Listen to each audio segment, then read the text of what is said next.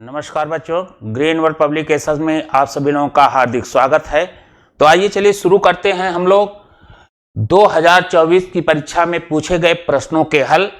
और ये प्रश्न के हल जो आपके हल कराए जा रहे हैं ज्योग्राफी के हैं और कक्षा 12 के। और कक्षा 12 में जितने भी प्रश्न 2024 को याद रखिएगा।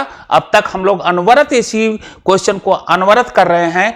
अब अगला जो क्वेश्चन हम लोगों का है अति लघुत्तरी लघुत्तरी से, और ज्योग्राफी का यह लेक्चर भी आज अति लघुत्तरी और लघुत्तरी के प्रश्न समाप्त हो जाएंगे और इसी से क्रम में हम अगले प्रश्न को लेकर आएंगे दीर्घ उत्तरी। तो बिना विलंब किए हुए अपने चैनल को लाइक सब्सक्राइब शेयर करना ना भूलें। तो आज चलते हैं, शुरू करते हैं अपने पहले लेक्चर को। तो देखिए हमारा पहला लेक्चर से संदर्भित क्या है कि पहले क्वेश्चन को हम कैसे परीक्षाओं में लिखेंगे, यही मेरा मुख्य ध्येय है। और ये सारे प्रश्न आपके पूछे गए हैं जो आपको पूरी तरह से कहां मिलेंगे, राजीव क्वेश्चन बैंक। चलते हैं पहला क्वेश्चन। पहला क्वेश्चन है कि किन्हीं दो कृषि आधारित उद्योगों के नाम आप बताइए। तो कृषि पे आधारित दो ही उद्योग पूछा है तो दो ही उद्योग बताना है, लेकिन बहुत सारे उद्योग है ना, कृषि पे आधारित बहुत सारे उद्योग चल रहे हैं, है ना। तो यहां पर हमें क्या बताना है कि भाई कृषि पे आधारित दो कौन कौन से उद्योग हैं। तो आप यहां अपने जो आते हैं वहां आप देखिए, एक महत्वपूर्ण उद्योग आपका है चीनी उद्योग, दूसरा क्या है वस्त्र उद्योग। तो जैसा पूछा गया है, हमने कहा दो प्रकार से यहां प्रश्न पूछे जा रहे हैं। कौन कौन से, अति लघुत्तरी लघुत्तरी लेक्चर के माध्यम से। तो यहां आप देखिएगा इस लेक्चर में हमें जो अति लघुत्तरी से पूछा जाएगा इसी क्रम में लिखना है कि किन्हीं दो कृषि आधारित उद्योगों के नाम। तो कृषि पे आधारित उद्योग कौन कौन से हैं, एक आपका चीनी उद्योग, दूसरा वस्त्र उद्योग। बढ़े अगले प्रश्न पर। और जब अति लघुत्तरी में जाएंगे तो थोड़ा सा प्रश्न बड़ा हो जाएगा, यह ध्यान देना। नगरीय अपशिष्ट, अपशिष्ट माने कूड़ा, प्रबंधन का वर्णन कीजिए। नगरीय कूड़ा प्रबंधन का वर्णन कीजिए। अब लिखा नगरीय कूड़ा प्रबंधन का वर्णन करना है तो नगरीय ठोस अपशिष्ट माने कूड़ा के प्रबंधन में ठोस अपशिष्ट के उत्पादन, उसका उत्पादन कैसे होता, कैसे कूड़े करकट बन रहे हैं, संग्रहण, भंडारण, अंतरण ले जाया जा रहा, परिवहन, प्रसंस्करण, पुनः प्राप्त एवं ठोस अपशिष्ट का निस्तारण संबंधी गतिविधियां शामिल हैं। तो जैसे हमने कहा कि नगरीय अपशिष्ट प्रबंधन का वर्णन कीजिए कूड़ा का, तो नगरीय ठोस अपशिष्ट का प्रबंधन में क्या आएंगे, ठोस अपशिष्ट के उत्पादन आ जाते हैं। संग्रहण, कैसे संग्रहित किया जाता है भाई, नहीं तो अगर पूरा वैसे छोड़ा दिया जाए तो पूरा नगर बदबू करने लगेगा। अंतरण हटाया जाता है। वह परिवहन, प्रसंस्करण, पुनः प्राप्त एवं ठोस अपशिष्ट का निस्तारण संबंधी, उसको समाप्त करने संबंधी, खत्म करने संबंधी गतिविधियां शामिल हैं, जो कि मितव्ययिता के सिद्धांत, सौंदर्य बोध, ऊर्जा एवं संरक्षण को ग्रहण करते हुए सतत पर्यावरणीय रूप में लंबे समय तक चल सकने वाला हो, जो लंबे समय तक क्या हो, चल सकने वाला हो। तो यह अपशिष्ट कूड़ा प्रबंधन पर आपको वर्णन करना है। यहां आपको लिखा जा रहा, आपका प्रश्न है कि प्राथमिक एवं द्वितीयक आर्थिक क्रियाकलापों में विभेद कीजिए। हम यहां क्या करा, प्राथमिक और द्वितीयक आर्थिक क्रिया, प्राथमिक, द्वितीयक और तृतीयक तीन क्षेत्रों में बांटे गए यहां। लेकिन आपको क्या लिखना है, आपको सिर्फ यह लिखना है कि प्राथमिक एवं द्वितीयक आर्थिक क्रियाकलापों में भेद। इन प्राथमिक क्रियाकलापों में क्या है और द्वितीयक क्रियाकलापों में क्या भेद है, इनके अंतर को आपको बताना है। तो प्राकृतिक क्रियाकलाप अपनी पहली अवस्था में है, अब उस पहली अवस्था से निर्मित अन्य जो उत्पादन किए जाते हैं वो द्वितीयक अवस्था में है। इसी भेद को आपको यहां क्या है, वर्णन करना। देखिए कैसे किया गया है। यहां देखिए कि प्राथमिक व्यवसायों ने मानव को आर्थिक विकास के पथ पर आगे बढ़ाने के, यहां कहा कि प्राथमिक व्यवसायों ने मानव को आर्थिक विकास के पथ पर, किस पथ पर, आर्थिक विकास के पथ पर आगे बढ़ाने के लिए प्रेरित किया है। मानव के विकास, प्राथमिक क्रिया जो है मानव के विकास को आगे बढ़ाने के लिए, कैसे आगे बढ़े उसके लिए प्राथमिक वस्तुएं क्या है, प्रेरित कर रही हैं, आगे उनको ले जा रही हैं। प्राथमिक व्यवसायों का लक्ष्य पर पा जाने पर, जब हमने कहा कि प्राथमिक क्रियाएं जो हैं, प्राथमिक जो हैं वह मानव के विकास को आगे बढ़ाने का कार्य कर रही हैं। और जब मानव विकास अपने लक्ष्य पर पहुंच जाता है, कह रहा है कि प्राथमिक व्यवसायों का लक्ष्य जब पा जाने पर, जब उसको अपना लक्ष्य प्राप्त हो जाता है, तो मानव ने अगला लक्ष्य, जो विकास का पहला लक्ष्य से अगर उसको पा गया, तो मानव ने उस लक्ष्य को, विकास के प्रथम लक्ष्य को प्राप्त करने के बाद द्वितीयक उद्योगों के विकास, तब द्वितीयक उद्योगों के विकास, उनमें दक्षता पाने का बनाया। पहले उसने प्राथमिक क्रिया से मानव ने अपने विकास की शुरुआत की, है ना, और उस क्रिया को प्राप्त करने के बाद द्वितीयक जो लक्ष्य बनाया, उस जो प्राथमिक क्रियाएं हमने किया उससे विकास के लक्ष्य को पाया। मानव का अगला लक्ष्य क्या था, द्वितीयक उद्योगों, द्वितीय जो उद्योग स्थापित किए गए उनमें दक्षता पाने को बनाया। अब द्वितीयक क्रियाकलाप उन आर्थिक क्रियाओं को कहा जाता है, ध्यान दीजिएगा, द्वितीयक क्रियाकलाप उस आर्थिक क्रियाओं को कहा जाता है जो प्राथमिक क्षेत्र से प्राप्त उत्पादों को प्रसंस्करण करके, जो प्राथमिक क्षेत्र से उत्पाद हुए हैं उसमें उसको विनिर्मित कर या उसे प्रसंस्करण कर उन्हें अधिक उपयोगी उत्पादों में परिवर्तित कर देती है। जो हमें प्राथमिक क्रियाकलापों से मिले हैं, उन प्राथमिक क्रियाकलापों में उसमें प्रसंस्कृत करे या उसे विनिर्मित कर, उसे दूसरा रूप दे करके, उसको दूसरा रूप देने पर उत्पादों में परिवर्तन, दूसरा रूप करने के बाद उसे अधिक उपयोगी बनाया जाता है और उत्पादित में परिवर्तित कर देती है। यह द्वितीयक है, मतलब प्राथमिक क्रिया से हमने विकास किया। जैसे हमने लकड़ी को देखा, अब लकड़ी के बाद उसे जो हम द्वितीयक क्रिया में जाएंगे तो उससे अनेक चीजों का निर्माण करते हैं, अनेक उसके उत्पादन को हम बढ़ा रहे हैं, तो यह द्वितीयक क्रिया में आ गया। अब देखिए समझाया जा रहा है, द्वितीयक क्रियाकलाप प्राकृतिक संसाधनों की उपादेयता को बढ़ाकर उन्हें और अधिक मूल्यवान बना देता है। क्या रहा कि जो द्वितीयक क्रियाकलाप है वह प्राकृतिक जो संसाधन हमें मिले हैं, जो प्राथमिक क्रियाकलाप के अंतर्गत हैं, उनको अधिक उपादेयता, अधिक मूल्यवान बना करके, अधिक कीमत, अधिक उपयोगी बना करके उसे अधिक मूल्य, जब वह अधिक उपयोगी बना दिया जाता तो उसे अधिक मूल्यवान भी बना देगा।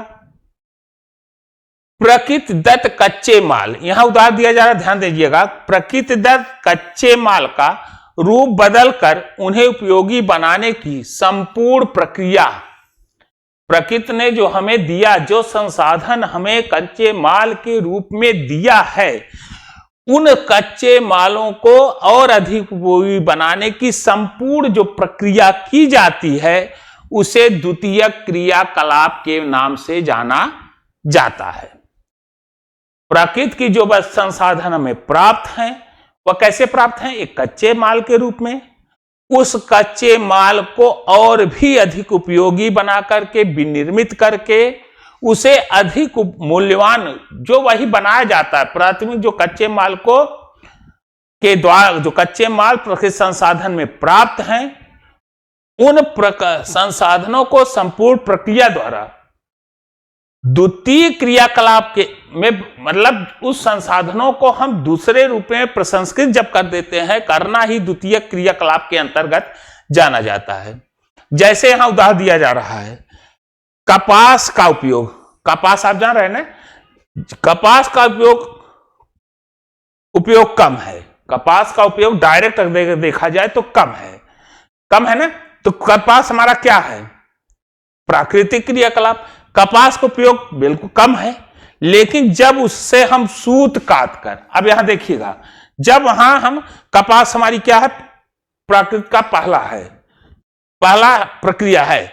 अब कपास को जैसे हम क्या करते हैं, उसे कपास से हम क्या बना लेते हैं, सूत काट कर, सूत से कपड़ा बुना दिया जाता है, सूत काट कर उसे हम क्या बना देते हैं, सूत से बना दिए कपड़ा।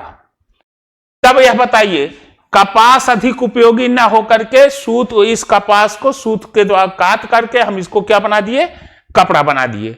अब यह कपड़ा हमारे लिए क्या हो गया, अधिक उपयोगी और मूल्य, अच्छा अब अधिक उपयोगी भी हो गया और यही कपास अब अधिक क्या हो गया, मूल्यवान बन जाता है। समझ में, कपास उपयोगी नहीं है, लेकिन जैसे ही कपास से हमने क्या किया, सूत बनाया और उससे हमने क्या बना दिया, कपड़ा। अब कपड़ा बनाने के लिए प्रत्येक मानव के लिए आवश्यक है, उपयोगी हो गया और मूल्यवान भी हो गया। यही द्वितीय क्रिया है। यहां फिर दे रहा उदाहरण, जैसे वनों में खड़ा वृक्ष का उदाहरण दिया जा रहा है कि वनों में खड़ा वृक्ष कम उपयोगी होता है, अपेक्षाकृत कम है उपयोगी होता है, लेकिन जब हम उसे काट कर उसकी लकड़ी से उपयोगी फर्नीचर बना दिया जाता है, तब वह पहले से अधिक उपयोगी और मूल्यवान बन जाता है। जब वृक्ष खड़ा है तो ठीक है, उस ढंग से उपयोगी तो है, प्रकृति पर्यावरण की दृष्टि से उपयोगी आप कह सकते हैं, लेकिन वो डायरेक्ट रूप से बहुत उपयोगी नहीं है। अब जैसे ही पेड़ को हम काट करके क्या लिए, उसे विभिन्न तरह के सामानों का निर्माण किए, और जैसे ही हमने निर्माण किया उपयोगी हुआ, और उपयोगी होने से उसका मूल्य भी क्या हो जाता है, बढ़ जाता है।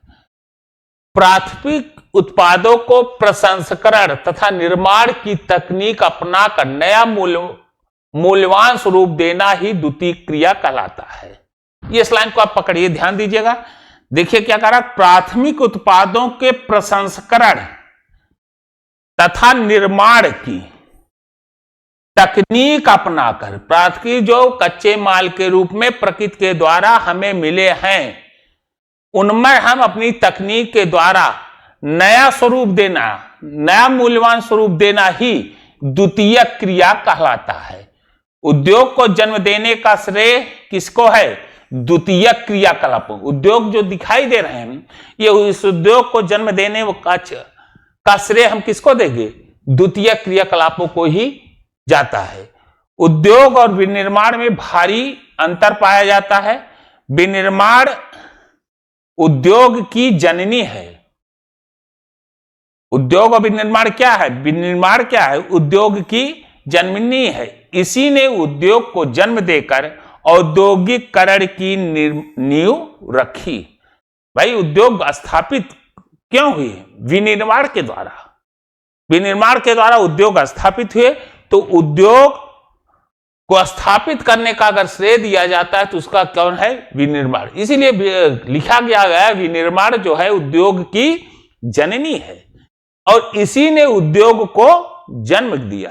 प्रकृति ने प्रकृति संसाधन को हमें कच्चे माल के रूप में प्राप्त हुआ है, जो हमारे विकास के लिए अधिक उपयोगी रहे।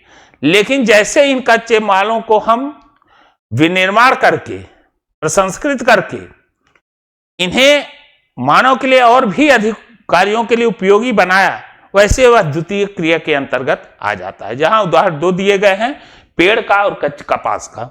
बढ़े, चलिए अगले प्रश्न को देखते हैं।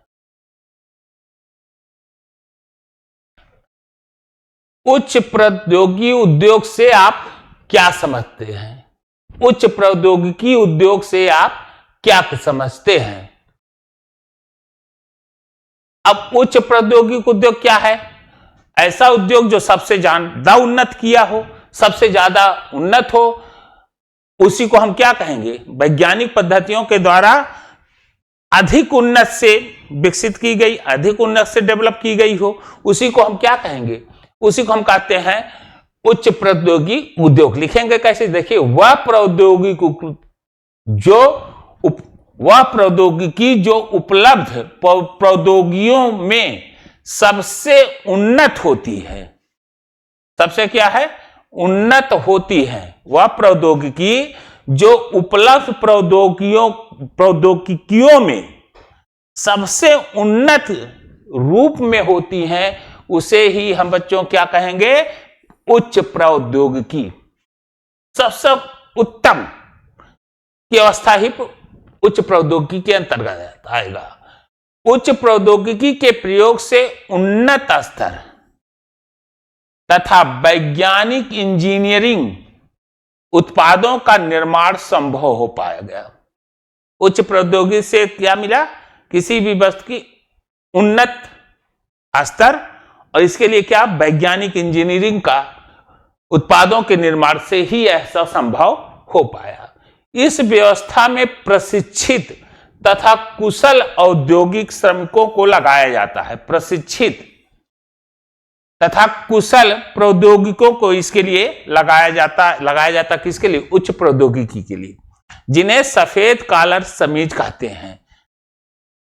प्रशिक्षित तथा कुशल श्रमिकों को लगाए जाने को, जिन्हें हम क्या कहा जाता है, जिन्हें क्या कहा जाता है, सफेद कॉलर श्रमिक कहते हैं। सफेद कॉलर श्रमिकों की संख्या उच्च, दक्ष एवं विशिष्ट व्यावसायिक नीला कॉलर श्रमिकों से अधिक होती है। तरह सफेद कॉलर के श्रमिकों की संख्या उच्च, दक्ष और विशिष्ट व्यावसायिक नीला कॉलर श्रमिकों से अधिक होती। नीला कॉलर का श्रमिकों से है, उच्च का मतलब है वैज्ञानिक इंजीनियर जो प्रशिक्षित है। उच्च प्रौद्योगिकी उद्योग में यंत्र, मानव, कंप्यूटर आधारित डिजाइन, निर्माण उद्योग, धातु पिघलाने, शोधन के इलेक्ट्रॉनिक नियंत्रण एवं नवीन रासायनिक एवं औषधि उत्पादन बनाने के उद्योग सम्मिलित होते हैं। अब उच्च प्रौद्योगिकी में कौन कौन से सम्मिलित हैं? यंत्र, मानव एवं शोधन के इलेक्ट्रॉनिक नियंत्रण एवं नवीन रासायनिक औषधि उत्पाद बनाने के उद्योग इसके अंतर्गत सम्मिलित होते हैं। अब यहां ध्यान दीजिएगा कि उच्च प्रौद्योगिकी में यंत्र, मानव जैसे रोबोट, कंप्यूटर आधारित डिजाइन, निर्माण उद्योग, धातु पिघलाने एवं शोधन के इलेक्ट्रॉनिक नियंत्रण और नवीन रासायनिक एवं औषधि उत्पाद इसके अंतर्गत सम्मिलित होते हैं। किसके अंतर्गत? उच्च प्रौद्योगिकी के अंतर्गत सम्मिलित होते हैं। उच्च प्रौद्योगिकी की प्रमुख विशेषताएं निम्नवत हैं, यहां आपको लिखना होगा। जैसे विशाल भवन, यह उच्च प्रौद्योगिकी है। छोटे छोटे जगहों पर, शहरों पर बड़े बड़े विशाल काय के कई मंजिले मकान बन जाना, ये क्या है? उच्च प्रौद्योगिकी का ही के अंतर्गत ही आता है। तो यहां विशाल भवन, कारखाने, भंडारगृह माने जहां अन्न संग्रहित कर लिए जाते हैं, साफ सुथरे कार्यालय एवं प्रयोगशालाएं, नियोजित व्यावसायिक पार्कों की स्थापना, उच्च प्रौद्योगिकी प्रादेशिक संकेंद्रण, आत्मनिर्भरता एवं विशिष्टता का समन्वय, ये सब उच्च प्रौद्योगिकी के अंतर्गत आते हैं। तो यहां क्लियर हो गया ना, उच्च प्रौद्योगिकी क्या है? उन्नत स्तर पर सबसे बेहतरीन वैज्ञानिक पद्धति प्रशिक्षित इंजीनियरों के द्वारा जो डेवलप किया गया है वह उच्च प्रौद्योगिकी के अंतर्गत आते हैं। अगला प्रश्न,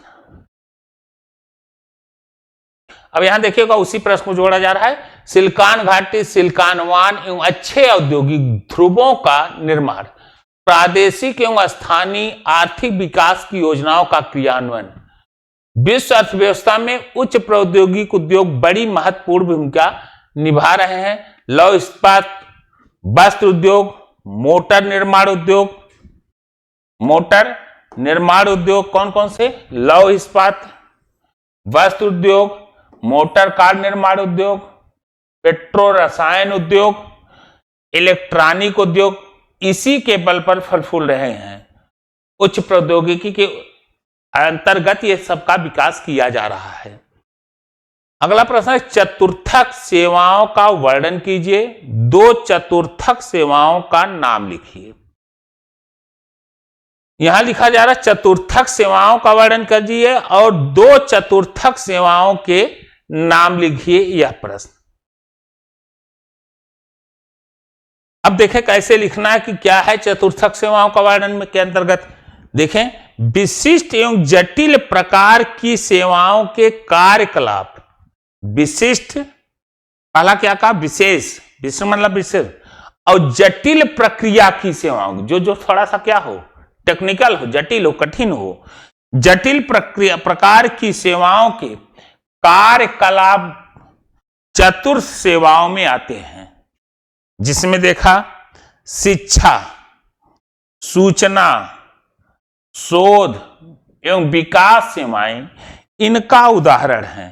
तो चतुर्थ सेवाओं के अंतर्गत पहला क्या लिखना है कि विशिष्ट और जटिल प्रकार की सेवाएं हैं।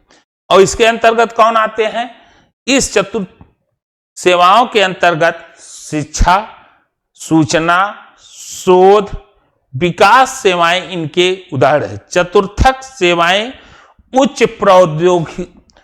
प्रौद्योगिकी व्यवसाय से जुड़ी होती हैं। चतुर्थक सेवाएं क्या हैं, यह उच्च बौद्धिक व्यवसाय से जुड़ी होती हैं और उच्च बौद्धिक व्यवसायों से जुड़े होने के नाते यह उच्च बौद्धिक व्यवसाय से जुड़े होते हैं और इन्हें हम क्या कहेंगे, चतुर्थ। तो जिसके अंतर्गत हमने क्या बताया, कौन कौन से आते हैं, आप देख लीजिए फिर से एक बार, कौन कौन से आते हैं, शिक्षा, सूचना, शोध एवं विकास सेवाएं इसके अंतर्गत आती हैं। अगला देखें, तृतीय क्रियाकलापों के प्रकार बताइए। तृतीय क्रियाकलाप, प्रथम क्रिया, द्वितीयक और तृतीयक। यहां से क्या पूछा जा रहा है, तृतीय क्रियाकलापों के प्रकार का वर्णन कीजिए, इसको बताइए। तो तृतीय क्रियाकलाप वे कार्य या सेवाएं हैं, तृतीयक, जो पदार्थों के उत्पादन से भिन्न हैं। पदार्थ के उत्पादन से क्या है, बिल्कुल वो भिन्न है। जो भौतिक पदार्थों का निर्माण अथवा प्रसंस्करण प्रत्यक्ष रूप से नहीं करते। भौतिक पदार्थों का निर्माण अथवा प्रसंस्करण, विनिर्माण प्रत्यक्ष रूप से नहीं करते। जैसे शिक्षक, अब थोड़ा सा ध्यान दीजिएगा कि तृतीयक के अंतर्गत कौन आएगा, ऐसी सेवाएं आएंगी जो पदार्थों के उत्पादन से भिन्न हैं, पदार्थों के उत्पादन से कृत है और भौतिक पदार्थों के निर्माण और प्रसंस्करण के रूप में प्रत्यक्ष रूप से इनके द्वारा नहीं होता। तो है कौन लोग, शिक्षक, व्यापारी, वकील, डॉक्टर आदि किसके अंतर्गत आएंगे, ये तृतीय क्रियाकलापों के अंतर्गत आते हैं। इसे हम क्या नाम देते हैं, इसे सेवा क्षेत्र कहते हैं। इसको हम क्या कहेंगे, शिक्षक, व्यापारी, वकील, डॉक्टर आज किस क्षेत्र, किस के अंतर्गत आते हैं, तो ये बच्चों तृतीय सेवा क्षेत्र के अंतर्गत आते हैं, जो आप कह सकते हैं पदार्थों के उत्पादन से भिन्न है। पदार्थ का जैसे हमने कहा प्राथमिक से द्वितीयक बना, तो प्राथमिक कौन था, कच्चे माल। कच्चे माल को हमने अपने ढंग से प्रसंस्कृत किया, विनिर्माण किया, तो द्वितीयक बना। तो इस ढंग से इसका निर्माण नहीं होता। इसके अंतर्गत कौन सी चीजें आएंगी, सेवा क्षेत्र। सेवा क्षेत्र से जुड़े कौन है, शिक्षक, व्यापारी, वकील, डॉक्टर। व्यापार, परिवहन, संचार और सेवाएं कुछ तृतीय क्रियाकलाप हैं। व्यापार, परिवहन, संचार और सेवाएं कुछ तृतीय क्रियाकलाप हैं। ये कुछ तृतीय क्रियाकलाप के अंतर्गत आते हैं। व्यापार और वाणिज्य, धन प्राप्ति के उद्देश्य से वस्तुओं का क्रय विक्रय करना सम्मिलित रूप से वाणिज्य कहलाता है। व्यापार और वाणिज्य में अंतर आपको बताना, ध्यान दीजिएगा। व्यापार और वाणिज्य, धन प्राप्ति के लिए, धन प्राप्ति के उद्देश्य से वस्तुओं का क्रय विक्रय, क्रय मतलब लेने देना, जो वस्तुओं को हम लेन देन करते हैं, इस सम्मिलित रूप से इसे हम कहा जाए, इसी को हम क्या कहेंगे, वाणिज्य कहते हैं। किसी उत्पादन या व्यवसाय का वह भाग जो उत्पादित वस्तुओं एवं सेवाओं को उनके उत्पादकों से उपभोक्ताओं तक पहुंचाने से संबंध रखती है। उन्हें हम वाणिज्य क्रियाएं कहलाती हैं। उन्हें हम क्या कहेंगे? वाणिज्य क्रियाएं कहलाती हैं। तो धन प्राप्त के लिए आप कह सकते हैं, धन लेने के लिए, धन की चाहत में जो हम क्रय विक्रय करते हैं उसे हम क्या कहेंगे? वाणिज्य कहते हैं। और किसी उत्पादन को, कोई भी उत्पाद आप किए, उस उत्पाद का उत्पादित जो उत्पादन हुआ, जो वस्तुएं हमें मिली, उन सेवाओं का उत्पादकों से उपभोक्ता तक, उत्पादक जो हुआ उसको कहां तक पहुंचाना? उपभोक्ताओं तक पहुंचाने से संबंध रखती है। और यह जो संबंध उत्पादित किए, उत्पादक उपभोक्ता तक हमने पहुंचाया, कोई चीज हमने उत्पादन किया उसको हमने कहां तक पहुंचाया? उपभोक्ता तक। अब उत्पादन किए उपभोक्ता तक पहुंचाना ही क्या है? वाणिज्यिक क्रियाएं कहलाती हैं। परिवहन, परिवहन एक ऐसी सेवा अथवा सुविधा है। परिवहन क्या है? एक ऐसी सेवा और सुविधा है जिससे व्यक्तियों विनिर्मित माल, भाई परिवहन के माध्यम से व्यक्ति हो चाहे कोई व्यक्तियों द्वारा विनिर्मित माल हो, उत्पादन हो, तथा संपत्ति को भौतिक रूप से एक स्थान से दूसरे स्थान पर जाया जाता है। चाहे व्यक्ति हो, चाहे कोई उत्पादित की हुई वस्तुएं हो, जब हम एक स्थान से कहां? दूसरे स्थान को ले जाते हैं। आधुनिक समाज वस्तुओं के उत्पादन, वितरण और उपभोग में सहायता देने के लिए तीव्र और सक्षम परिवहन व्यवस्था चाहते हैं। आज का समाज का रहा कि आज का समाज में जो हम उत्पादन, वितरण और विनिमय करते हैं, इस उत्पादन के और उसको हम विनिमय के माध्यम से, बेचने के माध्यम से उपभोक्ता तक पहुंचाने के लिए इसे हम त्वरित चाहते हैं। और इसे त्वरित चाहने के लिए हम किसकी व्यवस्था करते? जरूरत होगी, अच्छे परिवहन की जरूरत होती है। चाहते हैं अच्छा परिवहन, चाहते हैं अच्छी व्यवस्थाएं, सुविधाएं चाहते हैं, जिससे सामानों को एक स्थान से या व्यक्तियों को एक स्थान से अपने गंतव्य तक या वस्तुओं को एक स्थान से दूसरे स्थान पर सुविधापूर्वक पहुंचाया जा सके। परिवहन द्वारा पदार्थ का मूल्य अत्यधिक बढ़ जाता है। अब जो भी सामान एक स्थान से उत्पादित हुआ और वह जब दूसरे स्थान पे जाएगा तो उसमें परिवहन लगने के नाते, साधन लगने के नाते उस सामान का मूल्य अपने आप क्या हो जाता है? जो हम 10 रुपए में खरीदे, अब उसे हम एक, वहां तो उसका मूल्य 10 रुपए ही है, लेकिन जैसे उस वस्तु को हम किसी अन्यत्र जगह ले जाएंगे तो उसमें ले जाने में हमें परिवहन की जरूरत है। और परिवहन पर जो खर्च आते हैं उससे इसके दामों में बढ़ोतरी हो जाती, उसके मूल्य अत्यधिक बढ़ जाते हैं। परिवहन के साधनों का चयन समय अथवा लागत के संदर्भ में एक निर्णायक कारक है। समय और लागत के संबंध में क्या कारक? एक निर्णायक कारक है। अगला है संचार। देखें, संचार सेवाओं में शब्दों, संचार से हम क्या करते हैं?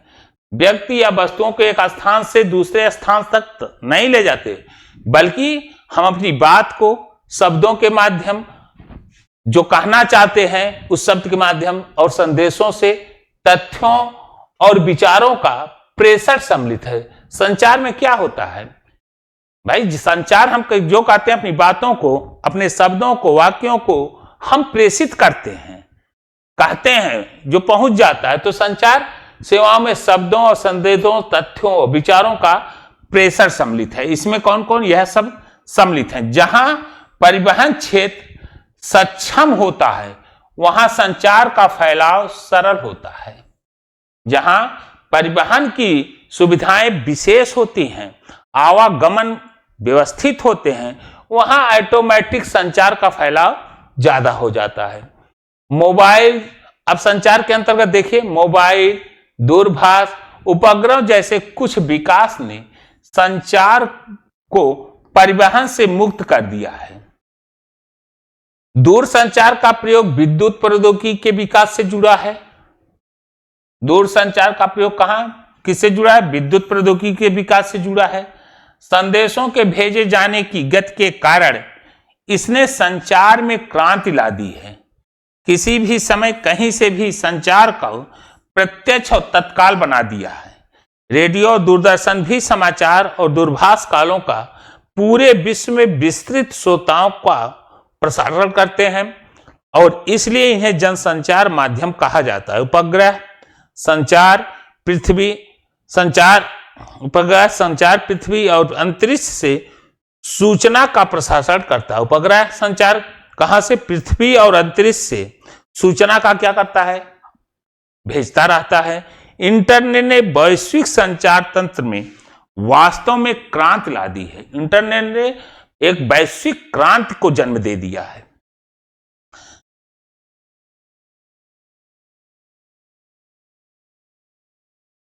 अब अगला प्रश्न देखें, विश्व के किन्हीं दो प्रमुख समुद्री पत्तनों का उल्लेख कीजिए। प्रश्न कहां पूछा गया है? आप देखिए 2024 में यह प्रश्न आया हुआ है। पूछ क्या रहा है कि विश्व के किन्हीं दो प्रमुख समुद्री पत्तनों का उल्लेख कीजिए। विश्व के अंतर्गत करना है तो दो ही पूछा है। कई समुद्री पत्तन है जिसमें आपको सिर्फ लिखना है वह क्या? अति लघु उत्तरी का प्रश्न है। सिंगापुर बंदरगाह और शंघाई बंदरगाह। कौन कौन से? सिंगापुर और शंघाई बंदरगाह। अगला प्रश्न आपका है जो लघु उत्तरी से लग रहा है। देखिए, साइबर स्पेस इंटरनेट को परिभाषित कीजिए। अब आप इसकी परिभाषा कि साइबर स्पेस इंटर को आभासी कंप्यूटर जगत के रूप में परिभाषित किया जा सकता। आभासी कंप्यूटर, साइबर स्पेस इंटर को आभासी कंप्यूटर के रूप में परिभाषित किया जा सकता है जिसका उपयोग हम कैसे करते हैं? ऑनलाइन। जिसका उपयोग कैसे किया जा रहा है? ऑनलाइन संचार की सुविधा के लिए वैश्विक कंप्यूटर नेटवर्क। ऑनलाइन संचार के लिए अब वैश्विक कंप्यूटर नेटवर्क बनाने हेतु किया जाता है। इसके लिए कह रहा, वैश्विक कंप्यूटर नेटवर्क को बनाने हेतु किया जाता है। यह इंटरनेट के माध्यम से सूचनाओं की दुनिया है। इंटरनेट के माध्यम से आज दुनिया क्या है? कहीं की कोई भी सूचना हो, किसी भी वस्तु का उत्पादन हो, कहीं कुछ होता है, कोई घटना परिघटना प्राकृतिक हो चाहे मानवकृत हो, वह तत्काल सूचना पूरी दुनिया से एक दूसरे से रूबरू करा देते हैं। तो आज इंटरनेट जो है वह सूचनाओं की दुनिया है। इंटरनेट क्या है? सूचनाओं की दुनिया। अगला है कि उपग्रह संचार के महत्व का वर्णन कीजिए। उपग्रह संचार के महत्व, इसका उपग्रह संचार का जो महत्व है, क्या महत्व है, इसका वर्णन करना है। तो उपग्रह संचार विज्ञान, भाई उपग्रह कहां से जो मिला, उपग्रह जैसी सुविधाएं मिल रही हैं या बनाए गए हैं, तो इसके लिए विज्ञान एक बहुत बड़ा जिम्मेदार है। विज्ञान का डेवलप है। तो विज्ञान के विकास और नवीन अनुसंधानों ने मानव को उपग्रह के क्षेत्र को विकसित करने में सक्षम बना दिया है। यह वैज्ञानिक सोच ही है कि उपग्रह के क्षेत्र को विकसित करने में मनुष्य को क्या बनाया? सक्षम बनाया। इस व्यवस्था में कृत्रिम उपग्रह अंतरिक्ष में स्थापित करके मानव के द्वारा कृत्रिम उपग्रह मनुष्य के द्वारा स्थापित किए जा रहे हैं। तो इसीलिए इसे क्या लिखा गया? कृत्रिम उपग्रह अंतरिक्ष में स्थापित करके संचार तंत्र को फैलाया जाता है। संचार तंत्र, इसी कृत्रिम उपग्रह के नाते संचार तंत्र की सुविधाएं प्राप्त हुई हैं। उपग्रह संचार ने हमें सेल फोन के रूप में, उपग्रह संचार हमें किस रूप में? सेल फोन के रूप में संचार का नया उपहार दिया है। संचार की एक जो नई व्यवस्थाएं मिल रही है, यह उपग्रह के, कृत्रिम उपग्रह का की ही देन माने जा सकता है। केवल दूरदर्शन उपग्रह संचार सेवा का अद्भुत क्रियाकलाप है। सेल फोन प्रत्येक की जेब में है। जब चाहे, जहां चाहे तथा जिससे चाहे मन चाही बात करके संचार से जुड़ सकते हैं। इंटरनेट वर्तमान संचार तंत्र का एक नया आश्चर्य है जो विद्युतीय जाल के रूप में 100 से अधिक देशों में के लगभग 1000 करोड़ लोगों को संचार तंत्र के सूत्र में जोड़ने में सक्षम है। इतना बड़ा नेटवर्क है कि 100 से अधिक देशों में कम 1000 करोड़ लोगों को संचार तंत्र के सूत्र में जोड़ा हुआ है। 1970 ईस्वी में संयुक्त राज्य अमेरिका, कब 1970 में संयुक्त राज्य अमेरिका रूस ने अंतरिक्ष विज्ञान के क्षेत्र में अग्रणी सोच करके उपग्रह संचार व्यवस्था का श्रीगणेश किया। 70 के दशक में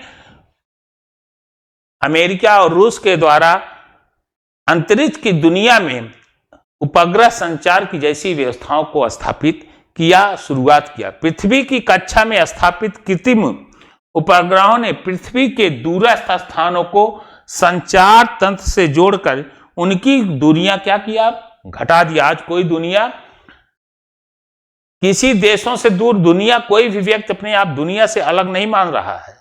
वह दुनिया की संपूर्ण घटनाएं, परिघटनाएं, वस्तुएं, उत्पादन जो चाहे मांग सकता है। आज पूरा विश्व एक गांव के रूप में तब्दील, कहा जाए विश्व एक गांव के रूप में दिखाई दे रहा है। आवागमन, उत्पादन, सूचनाएं, पूरा तंत्र संचार व्यवस्थाओं ने एक नजदीकी पैदा कर दी। जो हमारे बीच दूरियां हुआ करती थी, अननोन लगता था, आज सारी वह दूरियां खत्म हो गई। इससे संदेश वाहन सस्ता, सुगम हो गया है। अब संदेश के लिए इंतजार नहीं, बल्कि मन स्थित है संदेश पाने की, तो वह देरी नहीं लगेगी, वह तुरंत प्राप्त हो जाती है। उपग्रह संचार के क्षेत्र में भारत ने भी बड़े कदम उठाए। 1970 के दशक में अमेरिका और रूस के द्वारा जो एक कार्य चलाया गया, इधर भारत भी लगभग कहा जाए तो इस दिशा में आगे बढ़ने के लिए अनेक कदम उठाए हैं। उसने 1979 में आर्यभट्ट भारत के द्वारा, भास्कर फर्स्ट, 1980 में रोहिणी का प्रक्षेपण किया। 1981 ईस्वी में APPLE Ariane passenger payload experiment का प्रक्षेपण करके एरियन रॉकेट के द्वारा भास्कर, चैलेंजर तथा इनसेट वी के माध्यम से लंबी दूरी के संचार से दूरदर्शन तथा रेडियो प्रसारण प्रभावी बना दिया। अब भारतीय दूरदर्शन मौसम की भविष्यवाणी में पूरी तरह से सक्षम हो गया। भारत ने अपना पहला मौसम संबंधी उपग्रह 2002 में छोड़ा था। पहला मौसम संबंधी उपग्रह कब छोड़ा? 2002 में छोड़ा था। दूर संवेदन से उस प्रक्रिया से है जो बिना स्पर्श किए अधिक दूरी से भौगोलिक सूचनाओं के संग्रह, संचय तथा शोधन से जुड़ी है। तो यह आपका इससे संदर्भित प्रश्न है। अगला है, पाइपलाइन परिवहन के महत्व पर प्रकाश डालिए। किस पर डालना है? पाइपलाइन पर। तो लिखें कैसे? पाइपलाइन परिवहन का महत्व। हम हेडिंग डालें, पहले क्या लिखें? पाइपलाइन परिवहन का महत्व। भारत में पेट्रोलियम उत्पादों, पाइपलाइन पर लिखना, देखिए कैसे लिखा गया। भारत में पेट्रोलियम उत्पादों व तेल तथा प्राकृतिक गैस के उपयोग में काफी वृद्धि हुई है। पेट्रोलियम उत्पादों में तेल और प्राकृतिक गैसों के उपयोग में क्या हुआ है? काफी तेजी से इसमें वृद्धि हुई है। उत्पादन से शोधशालाओं तथा यहां से उपभोक्ता क्षेत्रों में इसे सुरक्षित पाइपलाइन से भेजा जाता है। ये पाइपलाइन थल, जल दोनों क्षेत्रों में आसानी से बिछाकर इन पदार्थों को सुगमता से भेज दिया जाता है। कुछ प्रदेशों में तेल एवं गैस की अधिक मांग होने के कारण इन पदार्थों की आपूर्ति के लिए विशाल तेल भंडारण में इन पाइपलाइनों का निर्माण लाभकारी रहता है, क्योंकि इनके द्वारा सुरक्षित, सस्ती दर पर तथा सुगमता से पेट्रोल पदार्थ पहुंचाए जाते हैं। यह पाइपलाइन के माध्यम से आज बहुत जगहों पर हमारे लिक्विड की चीजें पहुंचाई जा रही, मतलब तेल, खनिज पदार्थों को पहुंचाने में सफल रहा है। और जहां अधिक इन्वेस्ट खर्च हो रहा है वहां इसके लिए विशाल तेल भंडार में विशाल तेल भंडार बनाए गए हैं। उस विशाल तेल भंडार के लिए पाइपलाइनों के द्वारा तेल पहुंचाने का काम किया जा रहा है। विश्व व्यापार के प्रमुख आंतरिक जलमार्गों का उल्लेख कीजिए। विश्व व्यापार के प्रमुख आंतरिक जलमार्ग का उल्लेख करिए। आंतरिक जलमार्ग, पहला मार्ग हमारा यहां लिखा जा रहा है कौन सा? राइन जलमार्ग। यह किस नदी पर? राइन। और कहां है? जर्मनी, नीदरलैंड की एक महत्वपूर्ण नदी है। राइन जलमार्ग जो है, राइन कहां पर है? राइन नदी पर है। और यह नदी जहां जर्मनी, नीदरलैंड की एक महत्वपूर्ण नदी मानी जाती है। कौन सी? राइन नदी, जर्मनी, नीदरलैंड। यह नदी नीदरलैंड के रॉटरडैम से लेकर के स्विट्जरलैंड के बेसल तक 700 किलोमीटर तक नौगम्य है। कहां तक? नीदरलैंड के रॉटरडैम से लेकर स्विट्जरलैंड के बेसल तक कितने किलोमीटर तक है? 700 किलोमीटर तक है। राइन नदी एक संपन्न कोयला क्षेत्र से होकर बहने के कारण, राइन नदी का जो बहाव है जिधर से बहती है उधर कौन सा? कोयला के क्षेत्र ज्यादा मिलते हैं। कोयला क्षेत्र से होकर बहने के कारण जल परिवहन की दृष्टि से यह बहुत उपयोगी है। यह नदी अपने प्रवाह क्षेत्र से डसलडोर्फ पत्तन पर तक भारी वस्तुओं का परिवहन करती है। राइन जलमार्ग विश्व का सर्वाधिक प्रयोग में लाया जाने वाला जलमार्ग है। सबसे ज्यादा प्रयोग में लाया जाने वाला जलमार्ग कौन सा है? राइन जलमार्ग है, जिससे होकर प्रतिवर्ष 20,000 से अधिक जलयान तथा 2 लाख से अधिक मालवाहक जलयान गुजरते हैं।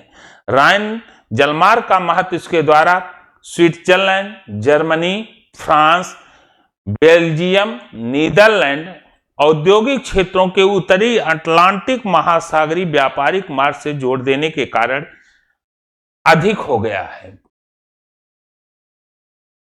डेन्यूब जलमार्ग, दूसरा जलमार्ग बता रहा है। डेन्यूब यूरोपीय क्षेत्र को अपनी सेवाएं देने वाला, यह अपनी सेवाएं इसकी यह कहां पर पाया जा रहा है? कहां सेवाएं दे रहा है?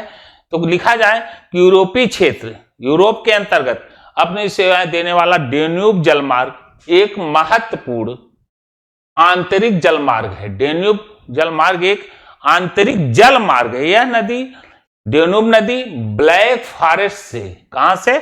ब्लैक फॉरेस्ट से निकलकर अनेक देशों में नौगम्य है। इस जलमार्ग से गेहूं, मक्का, मशीनरी तथा इमारती लकड़ी का निर्यात किया जाता है।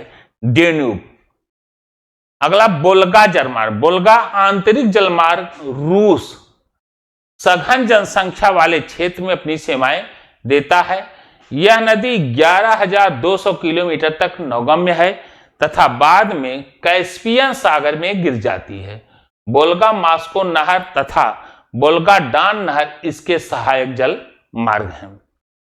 बृहद झीलें सेंट लॉरेंस समुद्री मार्ग। बृहद झीलें सेंट लॉरेंस समुद्री मार्ग अमेरिका के पूर्वी भाग में स्थित सुपीरियर, फ्रीडन, मिशिगन, ईरी, ओंटेरियो अमेरिका की महत्वपूर्ण झीलें कहलाती हैं। ये पांचों झील सू नहर तथा वेलैंड नहर से जुड़कर आंतरिक जलमार्ग की सुविधाएं प्रदान करती हैं। सेंट लॉरेंस नदी की एस्चुअरी बृहद झीलों से जुड़कर उत्तरी अमेरिका के उत्तरी भाग में बृहद महत्वपूर्ण वाणिज्यिक जलमार्ग का निर्माण करती हैं। इस जलमार्ग पर डुलुथ और बफेलो पत्तन जलमार्ग का निर्माण करती है। यह इस जलमार्ग पर डुलुथ और बफेलो पत्तन आधुनिक सुविधाओं से क्या है? संपन्न है। अतः इस जलमार्ग में जलयान महाद्वीप के आंतरिक क्षेत्र में मॉन्ट्रियल तक जल परिवहन की सुविधाएं प्रदान करते हैं। इस क्षेत्र की नहरें लगभग 3.5 मीटर तक गहरी हैं। कितनी है? 3 पॉइंट। तो यहां पर आंतरिक जल मार्गों के संदर्भ में आप राइन, डेन्यूब, वोल्गा जलमार्ग आदि के संदर्भ में आपको लिखना है। मिसिसिपी जलमार्ग, मिसिसिपी ओहायो जलमार्ग संयुक्त राज्य अमेरिका के आंतरिक भागों से दक्षिण मैक्सिको की खाड़ी तक जल परिवहन की सुविधाएं देता है। इस जलमार्ग में लंबे स्टीमर चलते हैं जो अधिक सवारियों और अधिक भारी माल को ढोकर ले जाने में सक्षम होते हैं। मिनियापोलिस इस आंतरिक जलमार्ग के अंतिम छोर पर स्थित है। अगला आपका प्रश्न है कि व्यापार असंतुलन से क्या अभिप्राय है। तो व्यापार असंतुलन तब होता है, व्यापार असंतुलन कब होगा जब कुछ देश अपने व्यापार खातों पर लगातार अधिशेष रखते हैं। व्यापार का असंतुलन कब होगा जब कुछ देश अपने व्यापार खातों पर लगातार अधिशेष रखते हैं। देखिए ध्यान, निर्यात का मूल्य आयात के मूल्य से अधिक होता है। निर्यात का जो मूल्य है आयात के मूल्य से अधिक होता है, जबकि अन्य निरंतर बड़े घाटे का अनुभव करते हैं। व्यापार संतुलन कब होगा जब कुछ देश अपने व्यापार खातों पर लगातार अधिशेष रखते हैं। यह होता कब, जब आप किसी चीज का मान लीजिए निर्यात का मूल्य आपने किया और निर्यात आपने भेजा और आयात के मूल्य से निर्यात का मूल्य क्या है, अधिक होता है, जबकि अन्य निरंतर बड़े घाटे का अनुभव करते हैं। तो इसी के साथ बच्चों आज के क्लास को यहीं पर विराम करते हैं। तो फिर अगले क्लास में पुनः मुलाकात होगी। जय हिंद, जय भारत।